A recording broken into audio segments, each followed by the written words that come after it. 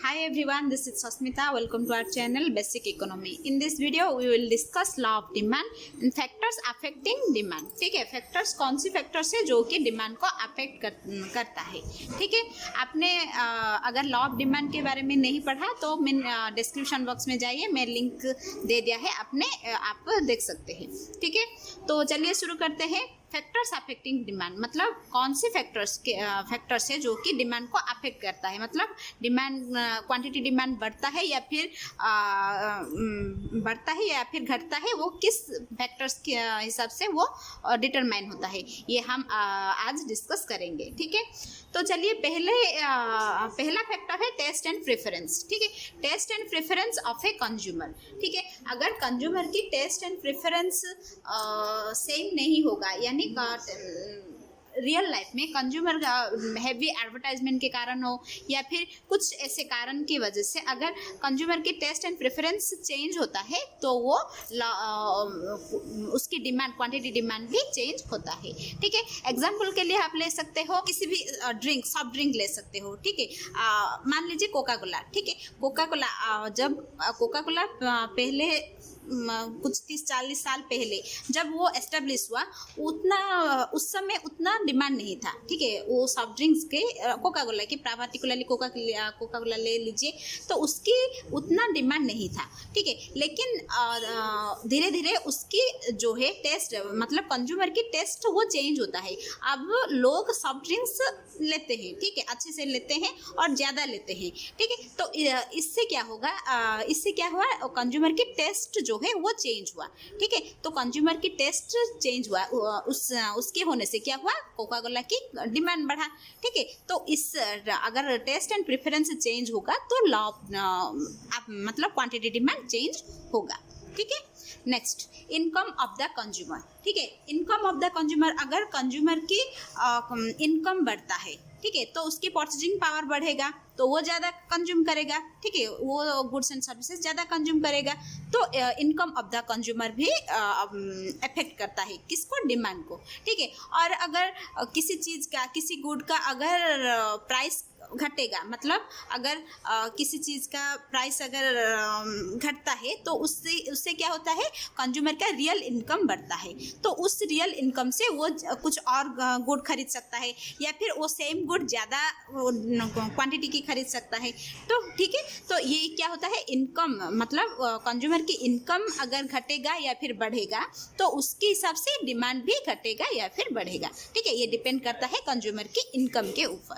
ठीक है, next wealth. ठीक है, wealth of a consumer. Wealth यानी जो कि उसके पास एसेट के हिसाब से वो स्टोर होता है. ठीक है, तो अगर वेल्थ भी अगर बढ़ता है या फिर घटता है तो भी कंज्यूमर की डिमांड अफेक्ट करता है.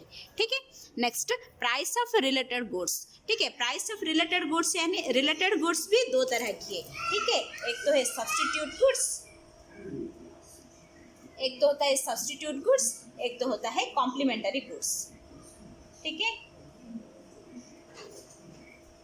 ठीक है, substitute goods and complementary goods. ठीक है, देखिए सब्स्टिट्यूट गुड्स यानी कुछ गुड्स जो है वो सब्स्टिट्यूट है, मतलब सब्स्टिट्यूट यानी एक गुड के बदले हम और एक गुड ले सकते हैं, यूज़ कर सकते हैं, तो उससे सब्स्टिट्यूट गुड कह सकते हैं. ठीक है, इससे क्या होगा, अगर किसी सब्स्टिट्यूट गुड्स में अगर किसी गुड की प्राइस घटेगा या फिर बढ़ेगा तो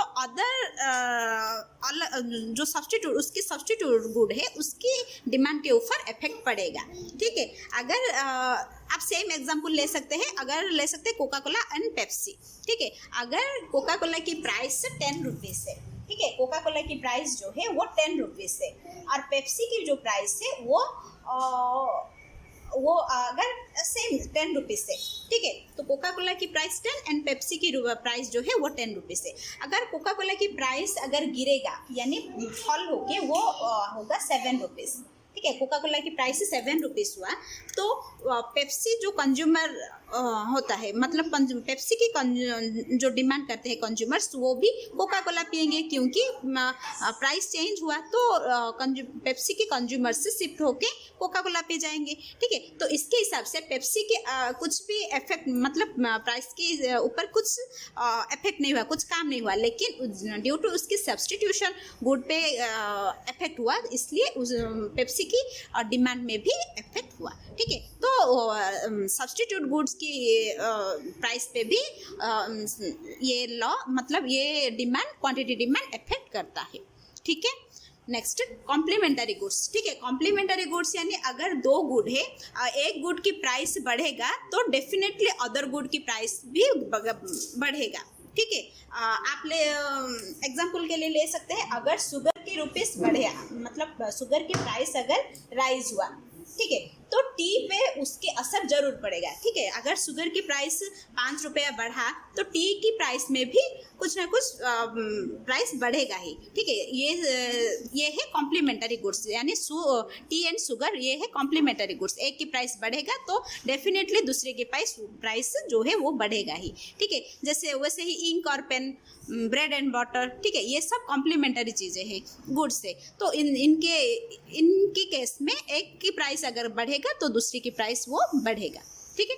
नेक्स्ट फैक्टर है पॉपुलेशन यानी अगर किसी कंट्री की पॉपुलेशन बढ़ता है तो कंज्यूमर भी बढ़ता है, ठीक है। पॉपुलेशन बढ़ेगा तो वो कंज्यूम करेंगे, तो कंज्यूमर बढ़ता है मार्केट में, तो अगर कंज्यूमर बढ़ेगा तो डिमांड बढ़ेगा, डायरेक्ट रिलेशनशिप है, ठीक है। तो पॉपुलेशन बढ़ने से क्वांटिटी डिमांड के ऊपर इफेक्ट पड़ेगा, ठीक है। नेक्स्ट फ्यूचर एक्सपेक्टेशन यानी अगर कंज्यूमर फ्यूचर को एक्सपेक्ट करता है, मतलब अगर फ्यूचर को ध्यान में रख के वो डिसीजन लेता है, तो क्वांटिटी डिमांड के ऊपर वो इफेक्ट पड़ेगा, ठीक है। अगर कुछ ड्यूरेबल गुड्स अगर खरीदना चाहता है, कंज्यूमर चाहता है वो एक मोटरसाइकिल ले, ठीक है। अगर सामने कोई भी फेस्टिवल हो, कोई भी पूजा हो, ठीक है, तो उस समय क्या होता है, ऑफर्स आता है, ठीक है। तो डिफरेंट होलसेलर्स में ऑफर्स आता है, तो वो अगर फ्यूचर को एक्सपेक्ट करके उस समय ऑफर आएगा, थोड़ा प्राइस कम होगा तो मैं खरीदूंगी, तो इस समय अगर इस चीज़ पे एक्सपेक्ट करता है, फ्यूचर एक्सपेक्टेशन करता है, तो भी क्वांटिटी डिमांड के ऊपर इफेक्ट पड़ता है, ठीक है। नेक्स्ट इनकम डिस्ट्रीब्यूशन, नेशन में अगर इनकम डिस्ट्रीब्यूशन इक्वल है तो क्या होगा, सबके पास इक्वल इनकम होगा, ठीक है। इक्वल इनकम होगा तो सबके पास परचेजिंग पावर होगा, ठीक है। तो सबके पास अगर परचेजिंग पावर है तो क्वांटिटी डिमांड बढ़ेगा ही, ठीक है।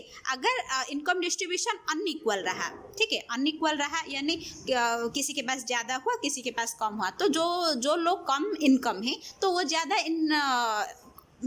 तो वो लोग ज़्यादा डिमांड नहीं कर सकेंगे, ठीक है। तो इस हिसाब से अगर इनकम डिस्ट्रीब्यूशन अगर इक्वल होगा तो भी क्वांटिटी डिमांड के ऊपर इसका इफेक्ट रहेगा, ठीक है। तो ये है फैक्टर्स दैट अफेक्टिंग डिमांड, ठीक है। आई होप आपको समझ में आया। अगर आया तो लाइक, शेयर एंड सब्सक्राइब ज़रूर कीजिएगा, and thank you so much.